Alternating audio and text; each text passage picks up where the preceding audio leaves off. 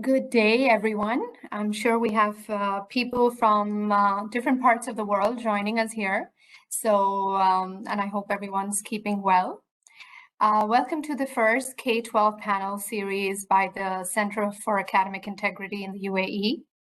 As some of you may know, we are a voluntary group of academics and students who believe in the value of academic integrity and strive to support the greater community through training, workshops, guest talks, and more.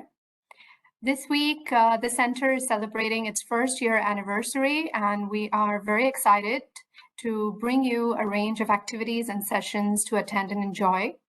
Do register with us or drop us an email to probity@uowdubai.ac.ae to know more. Our sessions are supported by gold sponsors, Original and Studiosity, and powered by Turnitin. The panel today is themed Integrity Begins Early. We all know how important it is to teach students not to lie, but often we expect these vital values to be implicit rather than explicit. At an early school level, the responsibility of teaching values does not rely solely on parents, but teachers and the school community plays a huge role in shaping the child's sense of right and wrong. So without much delay, I would like to begin this session by introducing our esteemed speakers. Ms. Reema Mughis from Cambridge International School, Dubai, Ms. Sindhu Karutegdat from Aspam Indian International School in Sharjah, Ms. Pratima Nag Agraharapu from GEMS, Our Own Indian High School, Dubai, and myself, Veena Mulani from Al Diafa High School, Dubai, as will be the moderator for today's session. So to begin with, I would like to give each of the speakers an opportunity to introduce themselves and briefly share their views on the subject of academic integrity in schools. We all know how important it is in the world, but why is it important to say that integrity begins early? So the first speaker, would somebody like to volunteer to go first?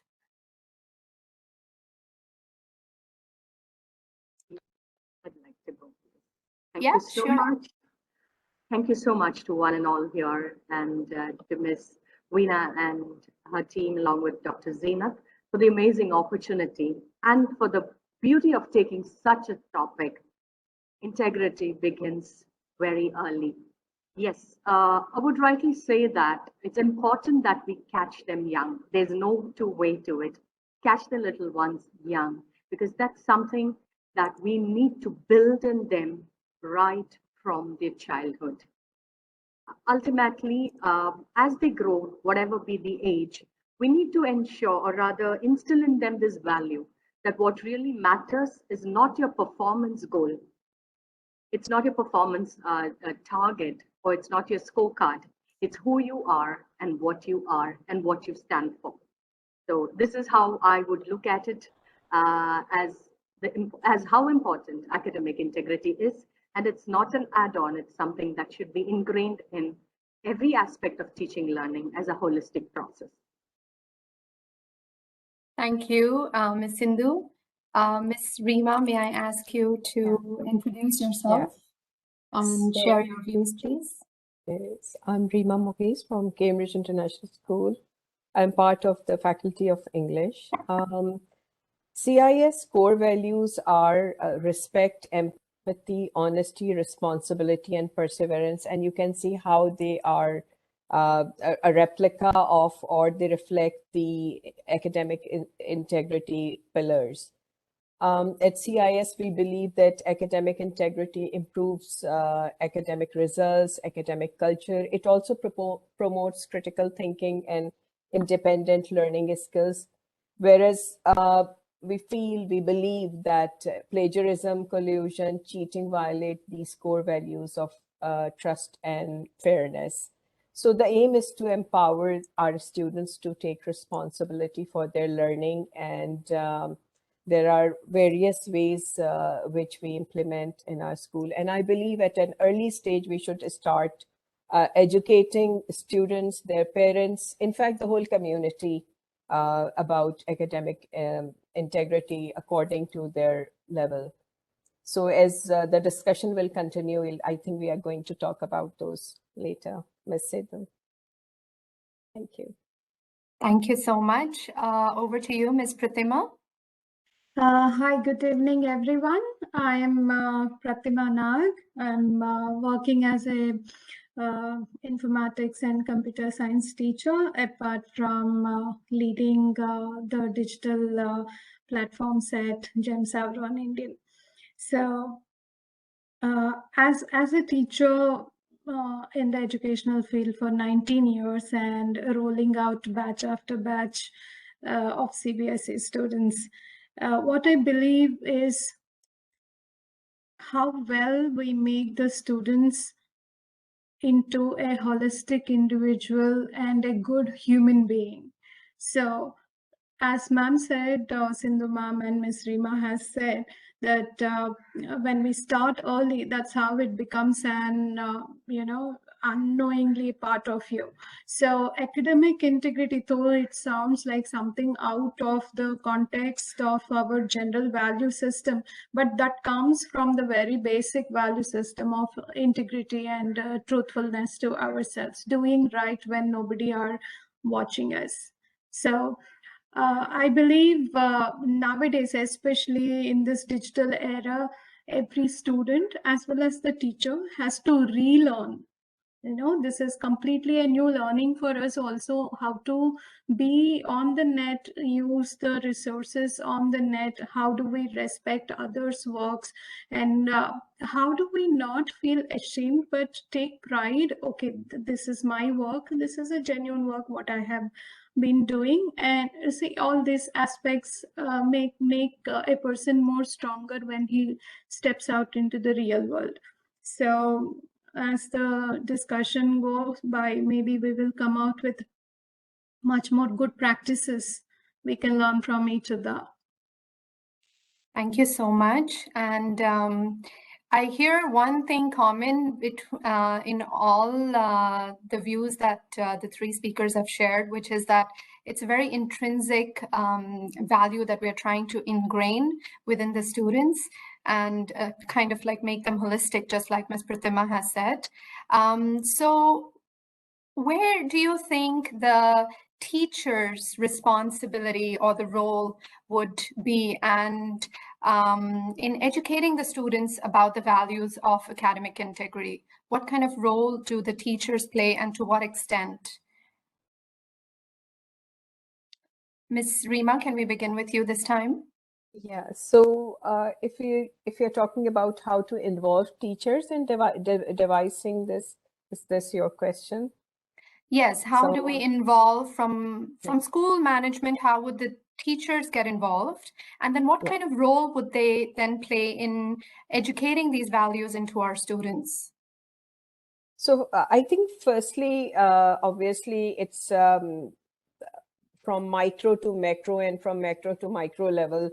This alone teachers cannot do it. I think from the national education sector, whoever the policy makers are, up until to the, or lower down to the students and their parents, everyone is involved in that. Alone a teacher cannot. Yes, the role of the teacher is very important, and we can, first of all, teachers need some sort of professional development or CPDs, ongoing ones, to keep them updated as in what is going around them. So they should be, digitally literate and should know what is happening. And especially with COVID, how things have changed, how we all adapted to it. And so I do suggest one way is is professional development for the teachers. The other thing teachers can do is to revamp in faculties schemes of work and plan to provide opportunities for group individual research. They should also have clear rubric, success criteria, the explanation of tasks and expectations should be explicit, as you mentioned, implicit, that it becomes a way of life. So then so the students know exactly, they're not confused, so they don't just run to Google things and just take any information, but very clear guidelines are provided to them with command words, and basic terminology can be added to a certain research handbook or guidelines that we have.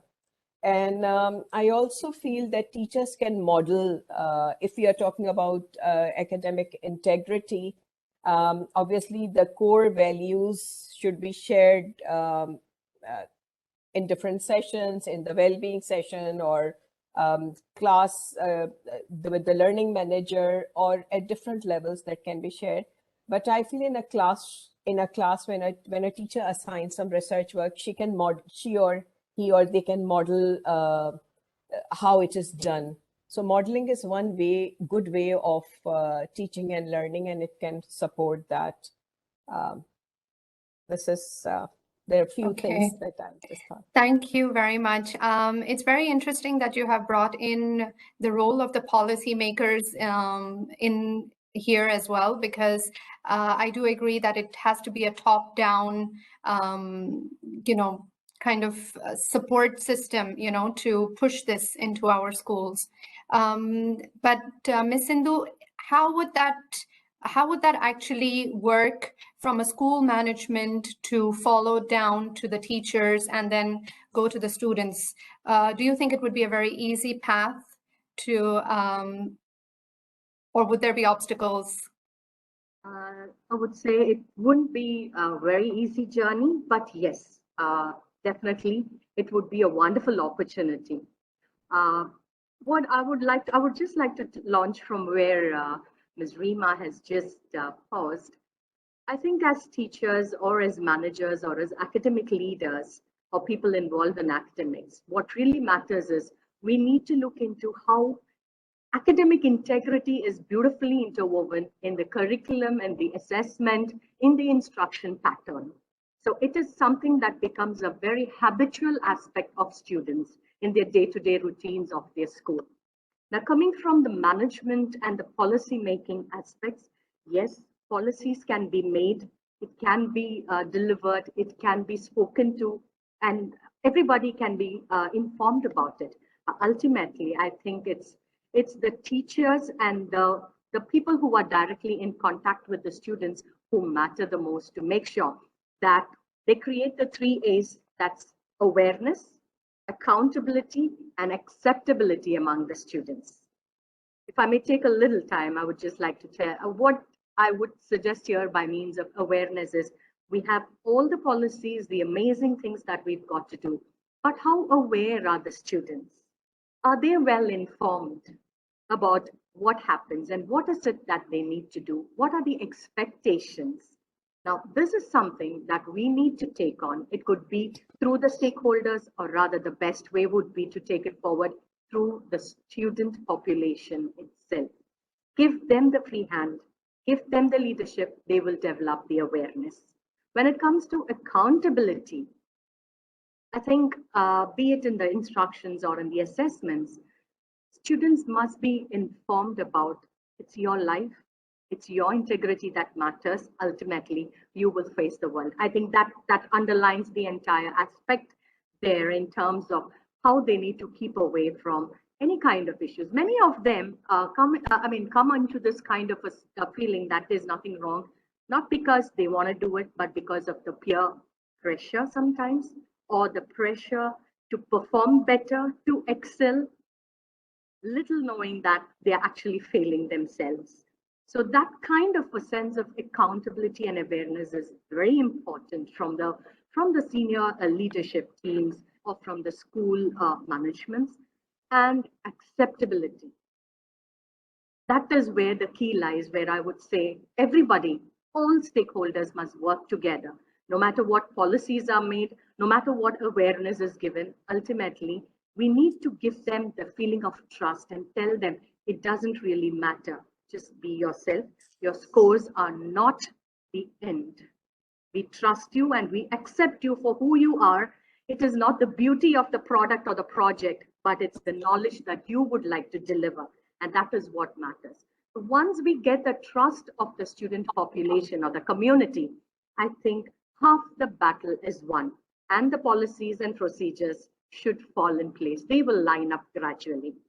This is a Herculean task, but once we start young with the children, as Ms. Rima and my other fellow panelists just mentioned, start them as a part of their learning. It is not an add-on. It should be something that becomes a habitual action in their academic journey. Thank you so much. I'm just going to take one point from what you have said about acceptability, because to me, it feels like when we discuss about accepting students for what they are, then we also need to make our expectations very clear to them. And I know that expectations are defined by teachers, firstly, but also there's the parents' expectations about how the child should be performing at any given year of their life. So to meet these expectations, how would then teachers be designing effective assessments and communicating their expectations to the students so that they are accepted? You know, the expectation and the acceptance can go hand in hand. So if we can start with Ms. Pratima, could you share your views on this? Yeah. Actually, I will take a little detour and, come back exactly to the assessment thing. If we all remember that when schools are introduced with CAT 4, yeah, so we were told, okay, you will know about the different abilities of the child by going through their CAT scores in numerical ability, spatial ability, and all that. And accordingly, teachers were instructed to give out differentiated tasks and all that. Okay. Then, there is a thought process that started off among the teacher community. Okay, good. Like at least we are able to identify that this particular child numerical ability is less. So the kind of works or worksheets that are given to that child are to be a little based on a different thing rather than solely numerical. At the next stage, we were introduced with PASS, right, where we are getting about the other abilities, attitude towards self, attitude towards the family, towards the society, how they think about their own learning abilities and all. So, and we had our assessments also.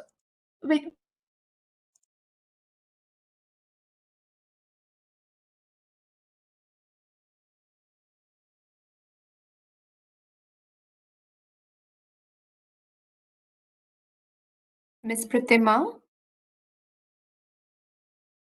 I think she's having some internet issues. Yeah, I think so as well. Circle back to her. Yeah, Ms. Rima, would you? Okay, I think she's back. 1 second. Yeah. I think there's a snap. Okay, that's okay. So was I clear till where I spoke about PASS? Yes. Yes. So after that, so we had assessments, and then we had PASS, and then CAT 4, which are giving us 3 different dimensions of a student as such: academic level, and then the aptitudes, and then the abilities. Now, what do? We have so much of information with us, data with us. How do we help a child? Okay, so this is where everybody, I think even the policymakers might have thought a lot about this, teachers, school senior leadership teams and all, and have made a tremendous change in the way the assessments were conducted. So when I was young and when I went to school, it was only the quarterly exam, half yearly exam or final exam kind of a stuff. From there, we shifted on to formative assessments, which are in different varieties, right? It's not only about writing skills, but I mean, rote learning and giving out the whatever we have studied, but it is about our creativity, it is about notebook keeping, it is about presentations. So we are evaluating or trying to understand the abilities of a child in various skills, not only academic. And towards the end, when we are coming to the summative assessments, we are taking this all year long performance and giving out what does that child has attained or progressed towards the end. So I believe there is a drastic shift in which the assessments have evolved now.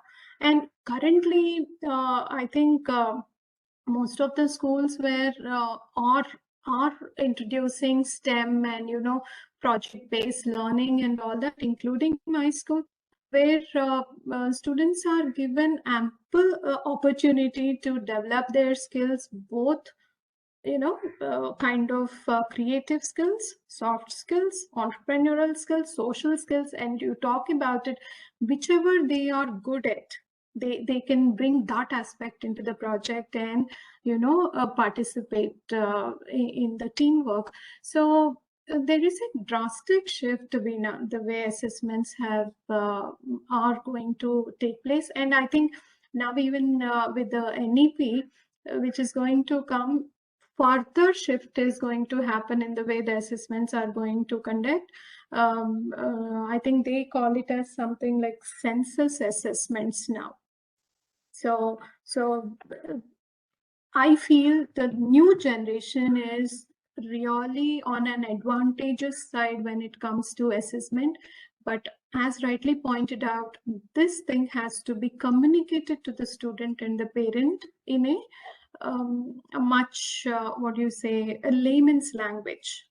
Rather, they might not understand the kind of technical terms which we use, but when we express all these things in a layman's language, that there is nothing like to fear about performing or getting that 90s 80s, then only you will be recognized, or then only you will get an opportunities. I think that shift has already started, and it is going to happen further now. Well, I really hope so. However, there is also a lot of pressure put on schools to show very high results when it comes to standardized assessments. And the schools are often even graded according to their end of year results and so on. So this kind of expectation that we spoke about, and as Ms. Sindhu said about accepting the students. So where is the balance going to be? Like, how are we actually going to balance these two ideologies? Ms. Reema, if you could shed some light into that. So as I mentioned earlier, the faculty first themselves the teachers need to have clear idea about what they are communicating. So what is the criteria? What are the guidelines? An explanation of tasks and expectations should be very explicit, and there should be a guideline or a handbook, research handbook that is shared with the students as well as with the parents also. Without parent support, I think research or academic integrity the expectations of it cannot be fulfilled.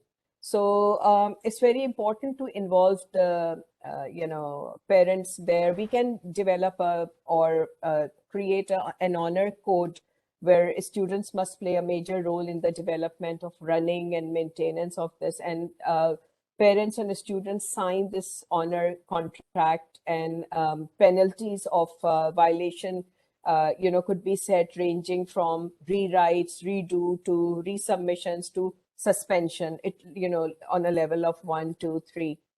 So parental support on a broader level is very important, and also to make cheating or collusion, whatever you want to call it, more costly to students some way. So this idea needs to be conveyed either through coffee mornings or weekly notices. We have in our school meeting at the beginning of the academic year.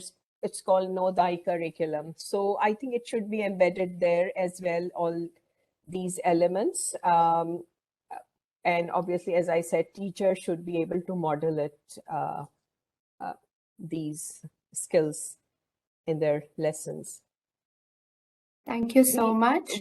Just one more thing. So for example, research-based learning could be part of assessment. So you can give a certain weightage, like, for example, in our school, we have a 20% or a 30% weightage. We have termly research-based learning. So where we teach students how to use Harvard referencing. This starts strictly, I mean, it's, different levels from years 7 to 13. In primary, they do their research on a different level. So handbooks of rules are shared with the students and parents, and expectations are made clear. So we are working towards on a better implementation of it. Well, I really love the idea of an honor code. And it's great that, we're sharing these ideas, because we can all really go back and apply these. Ms. Sindhu, would you like to share some ideas about, what you spoke about earlier about accepting the students, and then relaying that acceptance within assessments?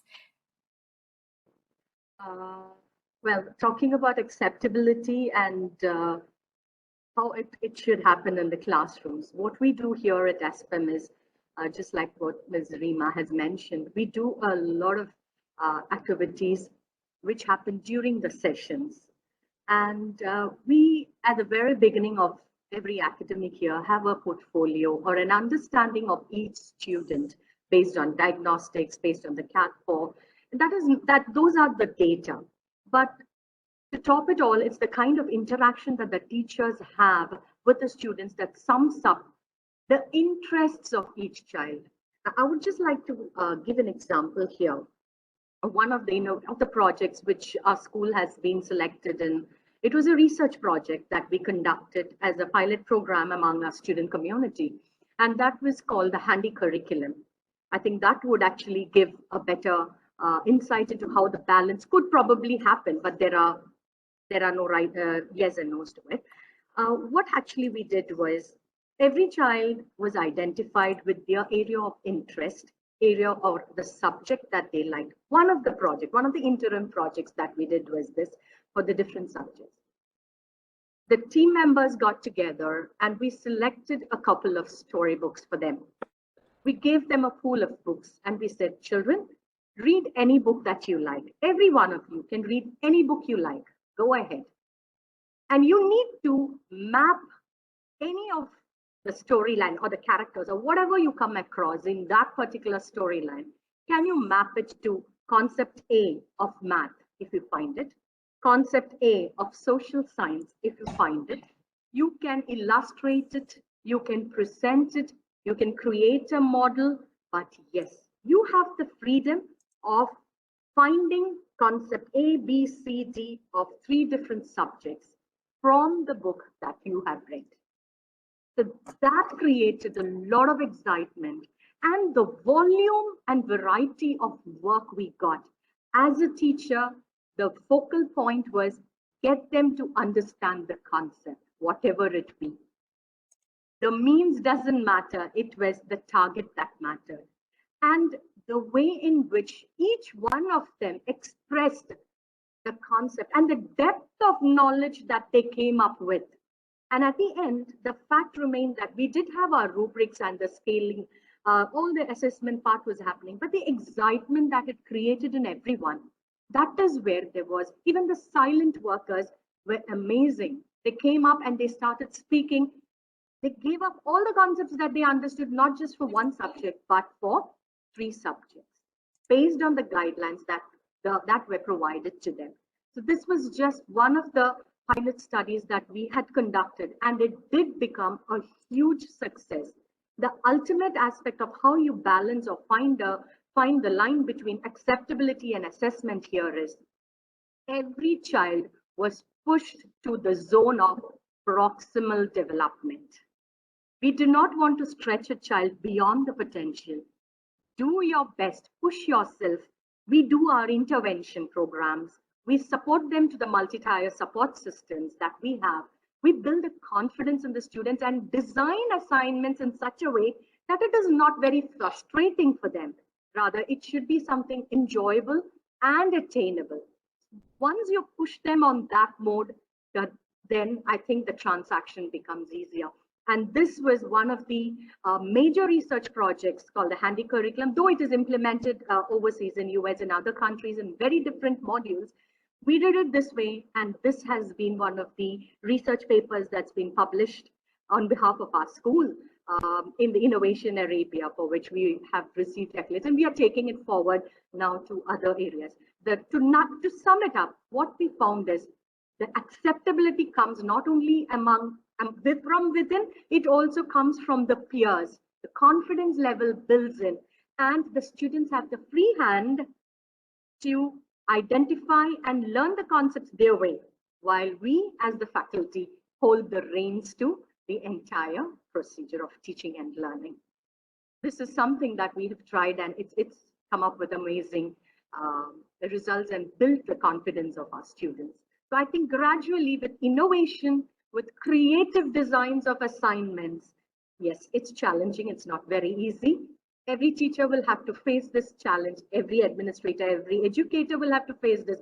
But the more creative we are, giving the reins to the students, I think the better the acceptance and performance in assessments would be. Thank you so much. You've really enlightened us with so many ideas there. I would just like to shift the focus a little bit on the parents' involvement. And, I think we're all aware here of the rate of anxiety that's going up amongst our school students. Earlier, we used to hear a lot about university students being anxious and nervous about their graduation. And, they have a reason to be, because their careers rely on that. However, now this level of anxiety has also begin to come in and increase within school students. Sadly, even the rate of suicides among school students is going up. And like I said earlier, is that parents have a very pivotal role to play. I'm a parent myself, so we have certain expectations from our children, but how would you then communicate this kind of ideology of accepting the child for who they are, educating them about the various assessments like Ms. Pratima has brought in, at the same time preparing them for their high school years. So for example, even if you think about primary level children, they're given projects where parents feel the need to help them, sometimes over the top, where parents are doing the projects for the children rather than making the child do it themselves. So this is not only at a primary level, but also in middle school and high school. So how would you firstly communicate this ideology to parents, and how would you kind of set these boundaries even at a parental level? I'm gonna leave it up to the speakers to volunteer. I think the school's student counselor, plays a vital role in this. Someone either with the background of whose profession is in psychology or related fields should speak to the parents and the students also, and time to time. It's just not at the beginning of the assembly, at the beginning of the academic year, but as and when the need arises. I think it's very vital that a student do understand what the expectations are and which are realistic as well. So this is one way of communicating. Either these could be online assemblies or meetings, or this could be one-on-one it could be parental ones, it could be one with parents and the students and faculty attend. So there are various ways of communicating this too. And obviously the senior leadership is involved in this. This is one way I think can, ease things a bit. Okay, Ms. Sindhu or Ms. Pratima, would you like to add in? Okay, so let me look at this from a different perspective as a teacher in senior section when I'm dealing with the parents or students at that level of grade 9, 10, 11, and 12. See, ultimately, whenever a parent speak to me in the PTM or, on any of the platforms, they want their child to be settled in life, right? Earn good money or, obviously have a successful life. Now, for that, the child has to get into a good university. If a child has to get into a good university, university has a cutoff. So if the child has to get that cutoff, then he has to perform in the exams. Okay, now if he has to perform in the exams, that has to be on a continuum, because any university would ask for 10th, 11th, 12th grade, right? And see, even the selection process at that level is, we talk so much about it, but then realistically, there is a chance for any student to talk about himself only when that cutoff is met, right? When I apply, how much ever my statement of purpose is strong or whatever it is, but unless I have that 80% or 85%, which my Delhi University or, any of the universities here in Dubai are giving out, then where is the possibility for me to go and tell, okay, these are all my abilities? So that's where I think the clash comes in. So I hear you, but here the idea is also where the race to meet this cutoff, right? So to what extent are we saying to parents that, yes, your child has to meet this cutoff, so break all rules in order to meet that, right? So how would we actually communicate to the parents that? So so what I did, rather, because I was doing career counseling also in between, helping out the counselor for the past 4 years in the school. What I did was, I started off this kind of training sessions with parents, students, as well as teachers, because there are that hardcore teachers who would say, okay, you should and must get 95%, you should and must get 98%, like that and so on. But to make them aware that there are wide variety of courses that the child can get into, except to only those 2 or 3 with which Asian communities are, so fond of. Rather, and they lead a pretty successful life. And some of the parents, they don't even know that these courses are there in the industry or in the university, and these kind of jobs do exist. They are not aware of it.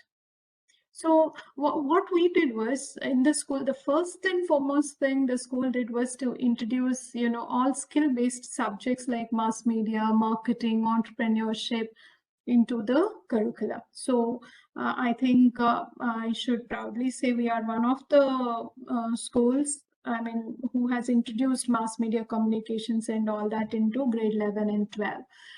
And from there, when a child comes into a senior section, I take up these kind of training sessions, educating all the fraternities that, okay, the child is at this level. Is she good at these kind of creative skills? Let us pursue these kind of courses. This is the career path. This is where she will shine.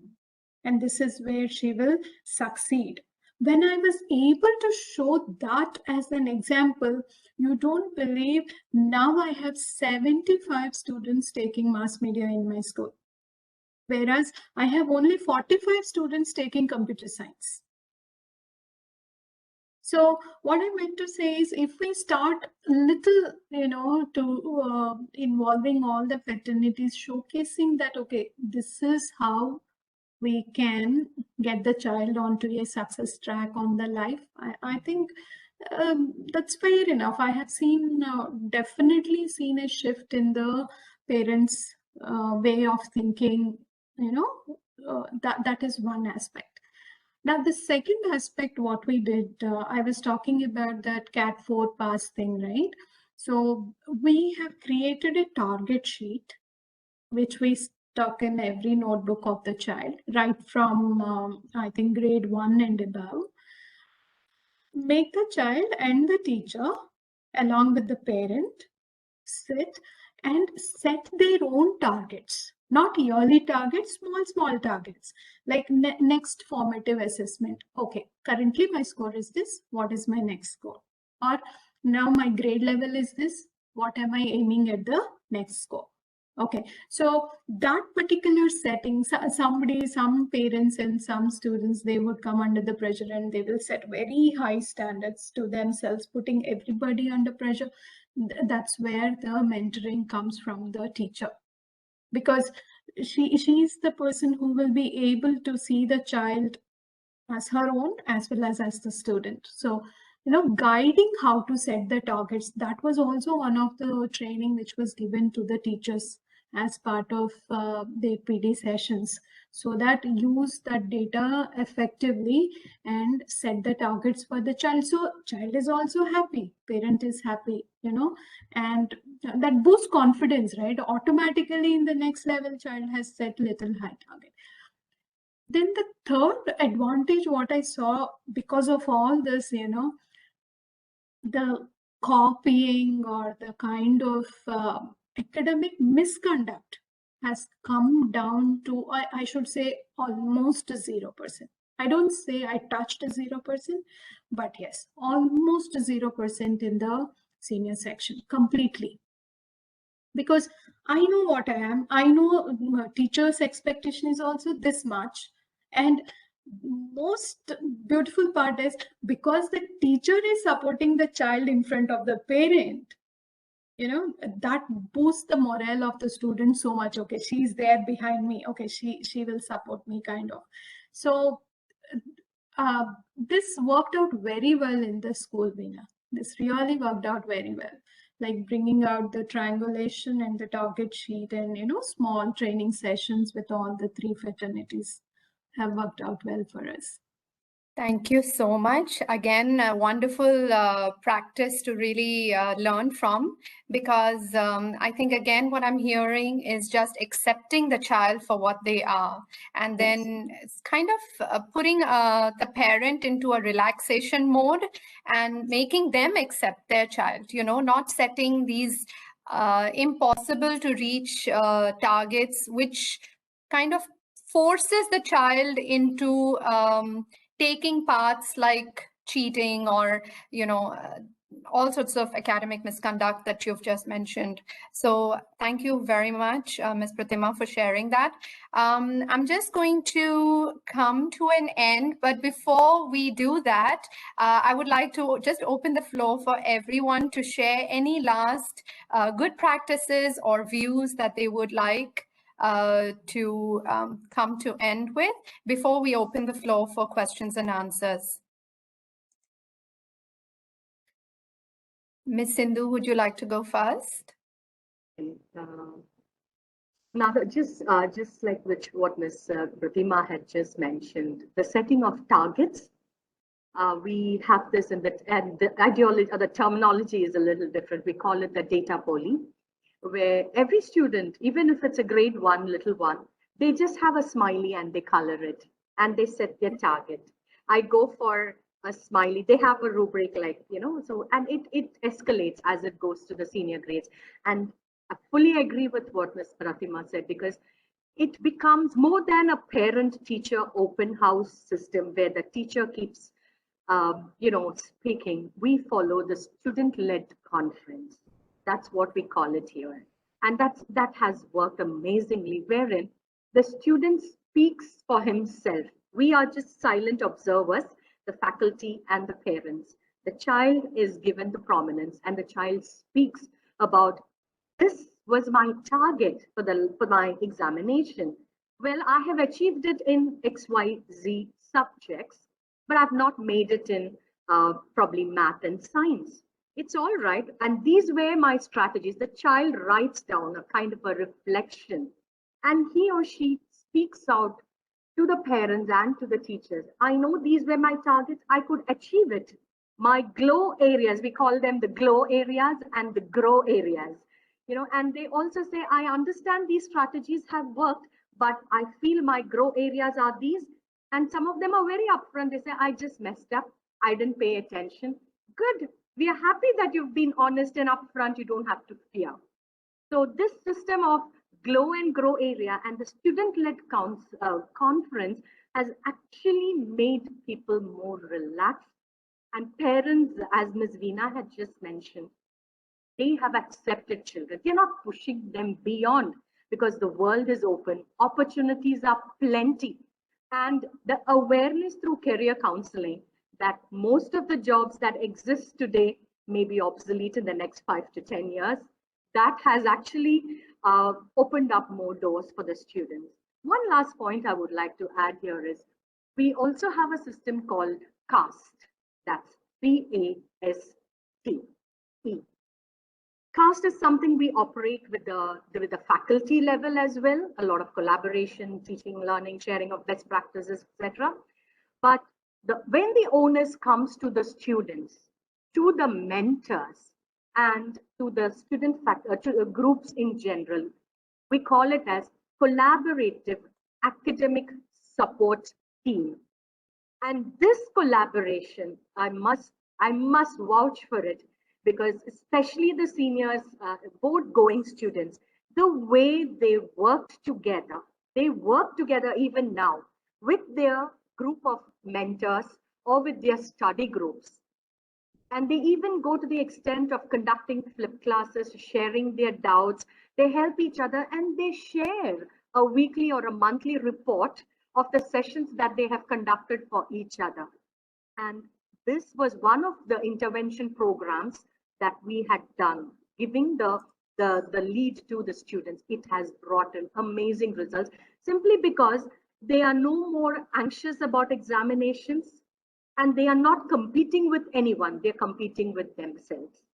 Once that statement is clear to them, I think things would have fallen in place and students are more confident.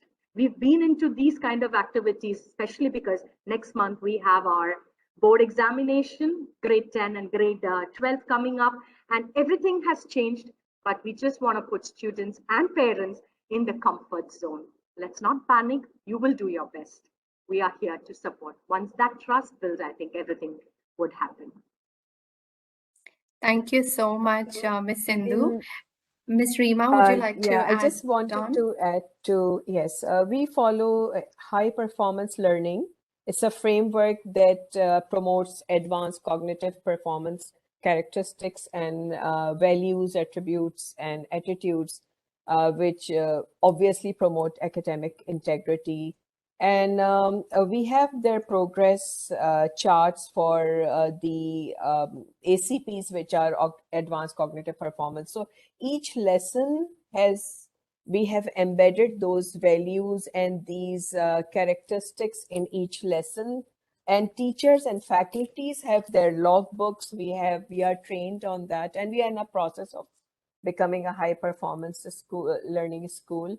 So this has helped our students to be very clear about a task that is set. What are they supposed to do? What route do they need to take to reach that outcome? So the whole journey is sort of explicitly, explained or shown to them, that it becomes a habit, and then they gradually become independent learners and critical thinkers. So this is we are practicing it for the last 2 years, and it's helped us a lot. The teachers, the faculty, the students, and everyone is becoming very fluent in practicing it. So I find strong links and connection with academic integrity, coming back to the topic that we are discussing here. Yeah, and as you said, teachers are the role models. So I really love that ideology that you've stated earlier as well.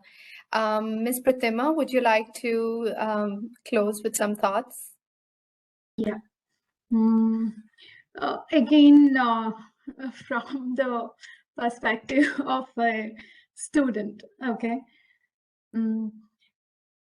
See, when we talk about academic integrity, as all through past 45 minutes, we were discussing on various things, right? Like peer pressure, then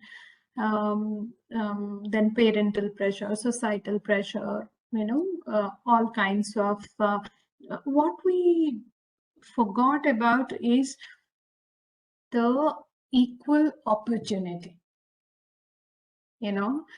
So this just struck me because, see, couple of years back, my child, my son, he comes to me and he says, "So Miss X, why is she always calling only this particular student's name? Even I know about the topic." Okay, then I said, "Why don't you lift your hand and answer, Teja?" Then he tells me, "Amma, but teacher did not call my name and I was not supposed to talk in the class."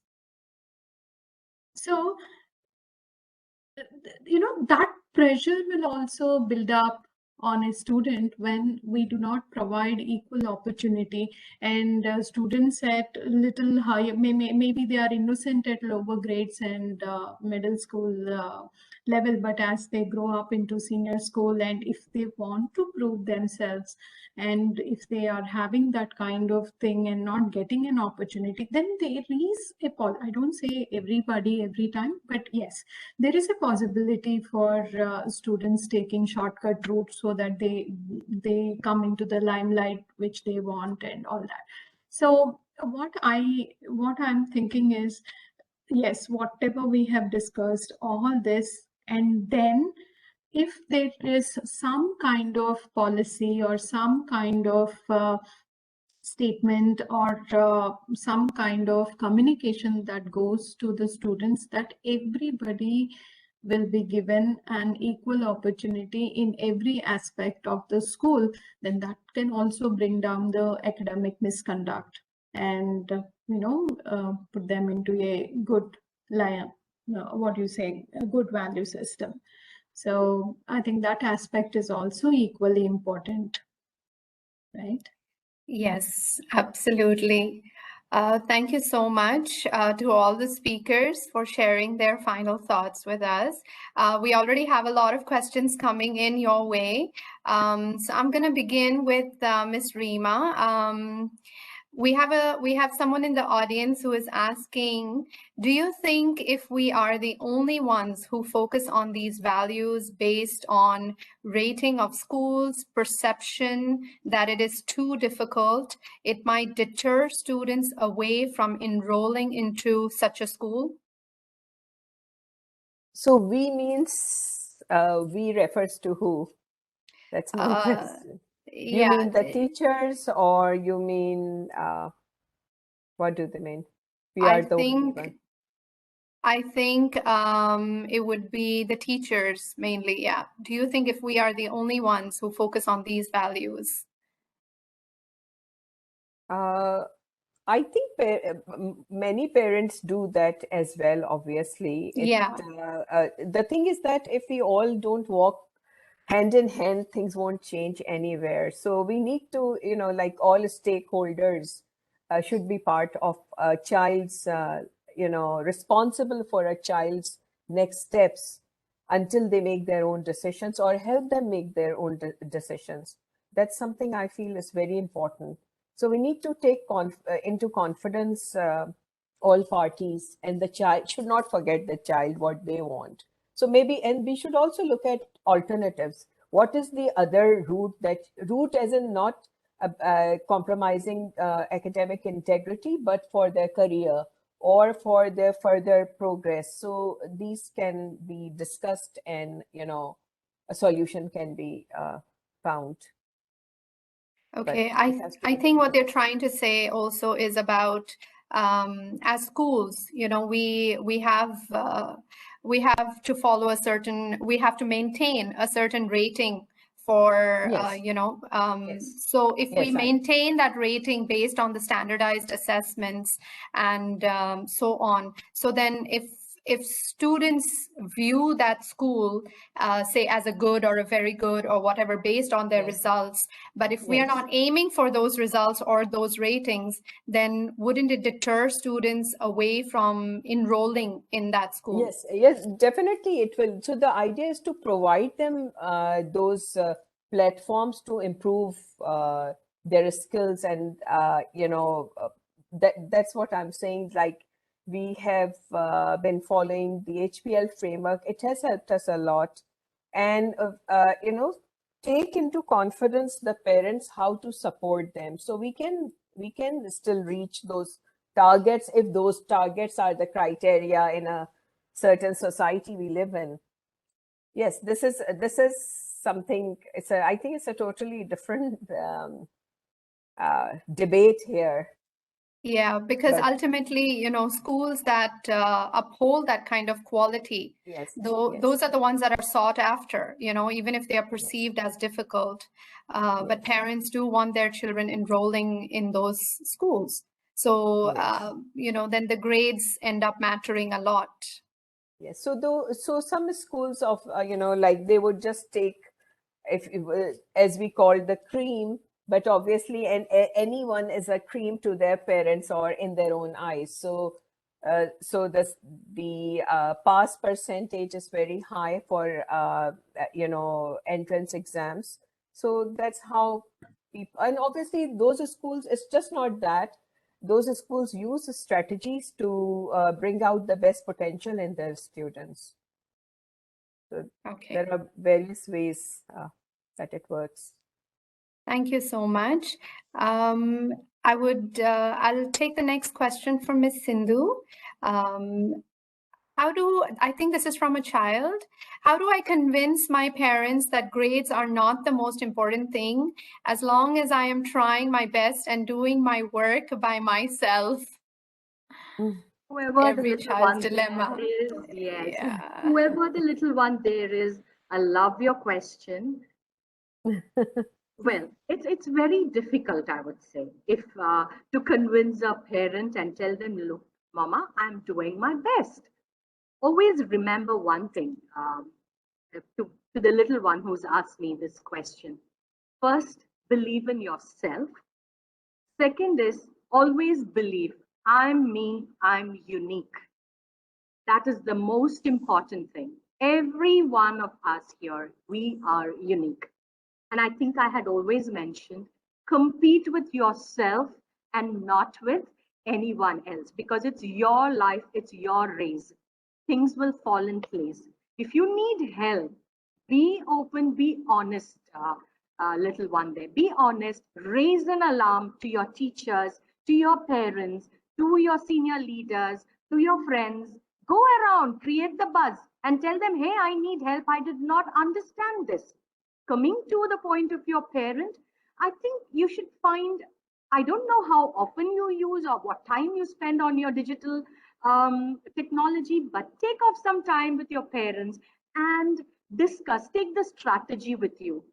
Talk to them about what were the 2 good things you did today, and what are the 2 things that you feel you would love to work on. That way, you're keeping your parent informed. Mom and dad, this is where I am perfect, I'm unique, and this is where I probably need your help. So open discussions with your parents, with your teachers will definitely help you. And remember, it's not a race against time. It's not a race against anyone. You are living your life. Find out your passion, because there are so many opportunities open for every little child in this world. I don't know if I've answered the query, but I think always remember you are a unique person on this place. Thank you so much for that. Ms. Pratima, a question for you as well. How do you think schools that practice building these cultures can help other school communities? Do you think others are ready to listen to these ideas?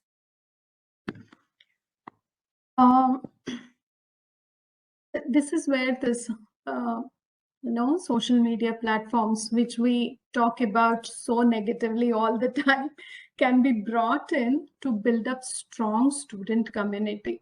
I totally agree with Sindhu ma'am, because when somebody tells, like an elder tells, and when a peer tells it, then the impact is more. So if we are able to come from that aspect of building student communities across schools, and thereby bring out a common forum where all these issues what we are discussing about can be discussed, instead of we being the panelists, maybe the students, senior students can be the panelists, maybe the university students who have taken the admission and have experienced that first year culture change can come on and talk to the school students, senior students, and thereby, percolate down to the primary levels and others. I think it's a fantastic way, and I'm sure we are all open to, ideas from each other, and if they are within the boundaries of that school policies and all. And I think if it is best for the student community, why don't we change the policy also? That's absolutely one thing which we all have learned to adapt and take the good things from others and inculcate into our daily way of running the academic, especially this last 1.5 year. It was like it totally completely a different journey which we have learned from each other so much. I have networked, you will not believe, maybe around 90 computer teachers in India, helping each other and how to teach Python on the mobile. Because over here in Dubai, we all have smart boards, we all have, parents are okay to an extent with internet facility and all, but back in India, then the sharing of information is tremendous. So even in the aspect of this value system, integrities, policies and all, if we can bring out such a kind of a forum, and talking about your forum, that's the right platform where, all of the schools can join as partners and share our views and best practices where we can learn from each other. Yes, definitely we are open. And I'm hoping that all others are also open for this. Thank you so much for answering all those questions. I'll just take a little bit of time to just summarize, everything that we've spoken about today. And I hope I can do justice to that, because there were just so many great practices that all of you shared with us. The ideology of accepting a child for who they are, to kind of building this team, parenting team, between the school body, whether it's teachers or even higher school leaders and so on, and the parents themselves, to kind of listen to these children and make them feel that it's okay to decide on different career paths, like Ms. Pratima said, to kind of setting realistic assessments that meet the teacher's expectations, but at the same time give the students that freedom to show their creativity. And Ms. Rima had brought in, an idea of signing an honor code, which was really amazing. And I really do believe that, putting these practices in place in school, and building this network of schools, who believe and kind of come together to make a change, not only in UAE, but around the world. I think this would be really a beginning point for us, and this is where we can actually get them early before they go into university, where they have more pressures on them, more expectations on them, and so on. So thank you so much to all our speakers for coming in today. I'd like to call Dr. Zina to please come in and close the session. Thank you so much, Veena, for moderating this session and for this wonderful discussion we've had. Okay. I think what we've just seen is unbelievable level of discussion. And, I'm hoping that we are going to be able to use this to cascade these ideas down to a whole lot of other schools and teachers and parents and students. And I think the questions that came through were, I think those who were listening in and sending us the questions, I think you've hit the mark with your discussions and all the ideas that you've brought in. So thank you so much to all of you for giving us the time to join in this journey that we've been at. Of course, we would also like to take the opportunity to thank our sponsors, that's Original and Studio City and Turnitin, the host campus that is the University of Wollongong in Dubai, and our associate member that's Gulf Medical University. And of course, Veena for moderating and all the speakers. Thank you so much.